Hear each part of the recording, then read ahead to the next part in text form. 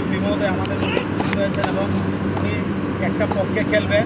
আমরা বিশ্বাস করি যে ওনার কারণেই কিন্তু একটা ফুটবলের নতুন জাগরণ ঘটেছে বাংলাদেশে।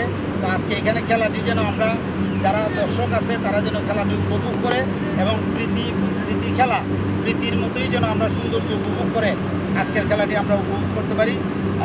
আমার বক্তব্য এখানে শেষ করছি। এখানে আজকের খেলা এখানে উদ্বোধন।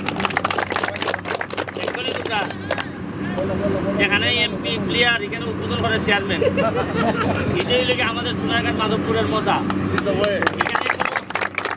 নেতা বইলে যখন যেখানে থাকবো সেই নেতা, খেলার মাঠে তুমিই নেতা। যখন তুমি একটা টিম যারা আজকে খেলতেছো, তুমি লস্করপুরের পক্ষে, তুমি লস্করপুরের এমপি, চাঁদপুরের পক্ষে আজকে চাঁদপুরের এমপি। আমি আলাদা কোনোদিন তোমাদের কাছ থেকে চাইবো না যে আমি এমপি, এইসব কিছুই না। আমরা একসাথে হয়ে বঙ্গবন্ধুর সোনার বাংলার জন্য যা যা করা লাগে, মানুষের শান্তি, মানুষের দেখো আমি এখানে আসতে আসতে আমি 6টা না 5টা বল দিয়েছি।